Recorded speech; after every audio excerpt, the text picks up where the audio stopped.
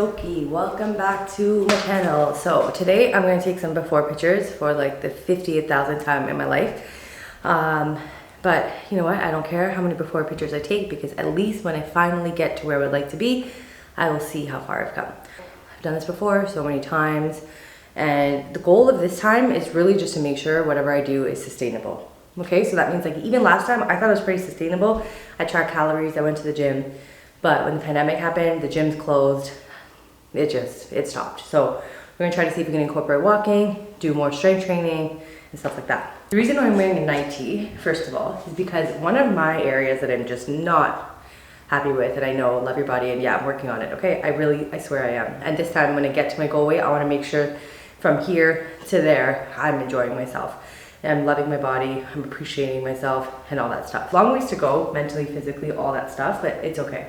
Nothing like a good challenge to get your summer started. Okay, so my arms. So I feel like wearing a night tee really emphasizes like, it's just arms. Like it goes out, like I have an hourglass shape on my arms, okay? And it's something that's bothered me forever. I don't have muscle. I can't do a pull-up at this moment. I was able at one point in my life. I can't do push-ups. I really don't have upper body strength, and it would be nice to be able to do 10 push-ups, 10 pull-ups consecutively, and those are two of my goals that I have. Once again, my arms. Number one, I want to see it. I believe last time I checked, they were like 16 inches. And so if I could even get them down to 10 inches, if that's possible, I know you can't fat reduce, but I think overall I hold a lot of my fat in my upper body. Okay, so if you have been following for a while, you know this is my go-to progress picture outfit. And every week I want to do daily statistics on my weight, my weigh-ins, my calories, and tracking it.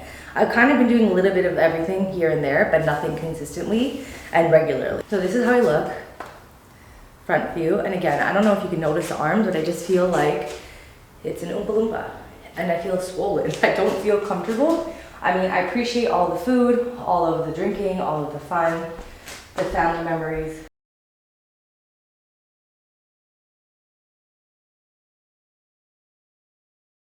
So I don't know, I'm not as like nervous. For some reason I was nervous, but I feel like the way I've been mean to myself these last couple of months, like no one can top that, so I really don't care. And on top of that, like I said, this body has not gotten COVID. I've never been tested for COVID. In this state that we're in this world that we're in, how everything is going crazy, like my body's healthy, it's kept me safe, I'm alive, I'm well, and I can do these physical activities. I can eat this healthier lifestyle. So that's what I'm thankful for. And I'm gonna do some measurements with you guys. I think one of the main reasons why I want to get back on track is because none of my clothes fit me. Like I'm popping out of this, not as bad as before, but I'm popping out of that. My clothes don't fit, and I know you can buy new clothes and all that stuff. I also don't feel comfortable at this weight. 39 inches around my upper body chest.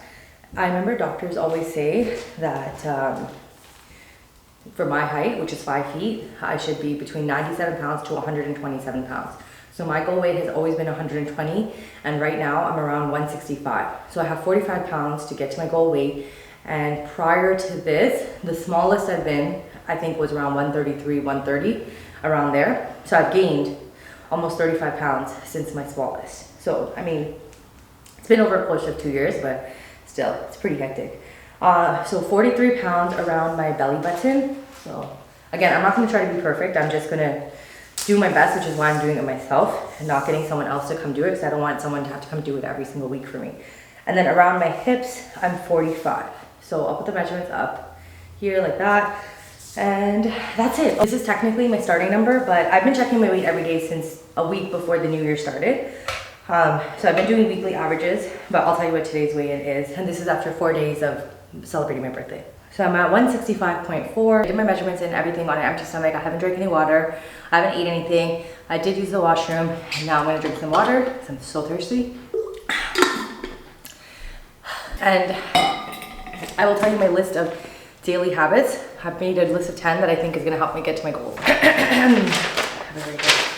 Okay, so number one is every day I have to do a daily weigh-in. It's not hard for me, but I know some people don't prefer checking their weight every single day. The only reason I recommend it is because you have a tool of tracking how you're doing. So if I check every Monday only, then I got my period, I would not know that my period is making me fluctuate. You know, I might have been losing weight right before my period came and then spiked up. So I just look at it as data, similar to any science experiment. Like, this is a science experiment. I'm doing calories in versus calories out, and what happens when you do that, right? 45 minutes of an outdoor walk. So it can be hiking, it can just be walking, something. So I got a Fitbit for my birthday, and it's gonna help me track. And also I use a Nike Run Club, and usually every month my girls and I have a challenge, and we try to get whatever goal that is for the month. So I think this month I made it at 50.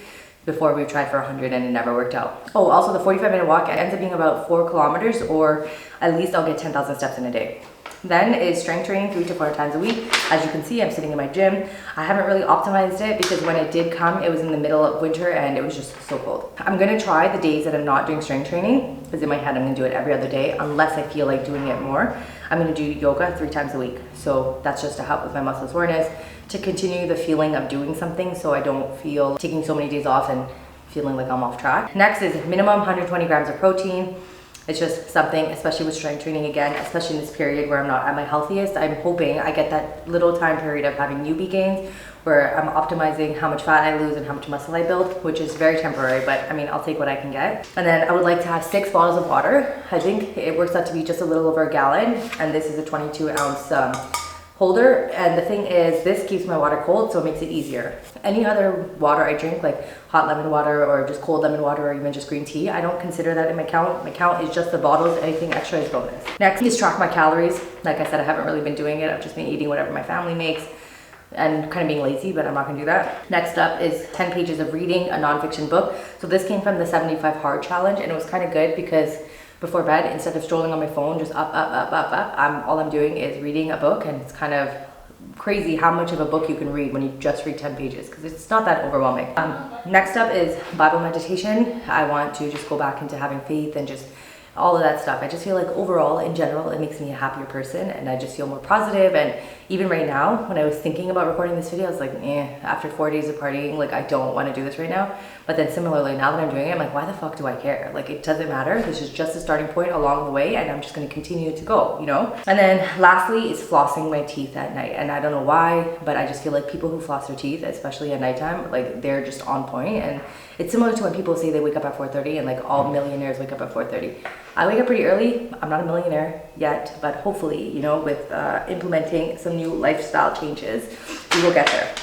And then the final thing, I guess for me, the hardest part is kind of being like upset at myself for losing weight and getting so close to 120. Like, I've been 10 pounds away. And the thing is, I've been trying to do this forever, since I was like such a little kid. And someone said this other day where they've spent more of their life worrying about losing weight or how their body looks than they have enjoying their life. And I'm just like, I am 30 now. I don't have time to be doing that. You know what I mean? So while I am doing this journey, I would like to make sure that I'm appreciating every single thing that my body can do.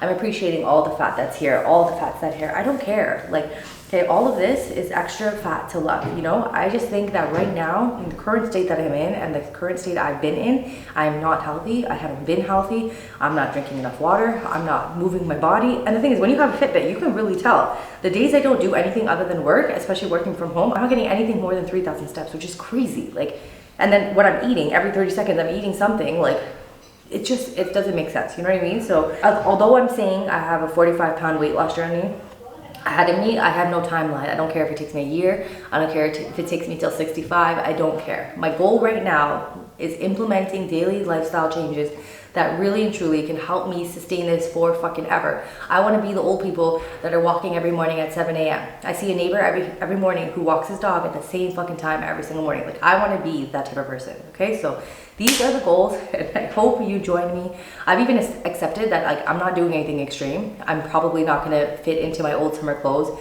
that I bought last year, and that's fine. I don't care. When I get to that point, if there's something that we finally get to do and I don't have any clothes to wear, I'll figure it out. You know what I mean? But I'm not going to set some unrealistic goals. I'm not even just, all I want to know is that I'm working towards being better. At the end, I'll list just some of my goals that I have, like I just wrote down, but this is mainly it. I would like to hit 10 out of 10 every day, these things. Okay? All right. See you in the next one.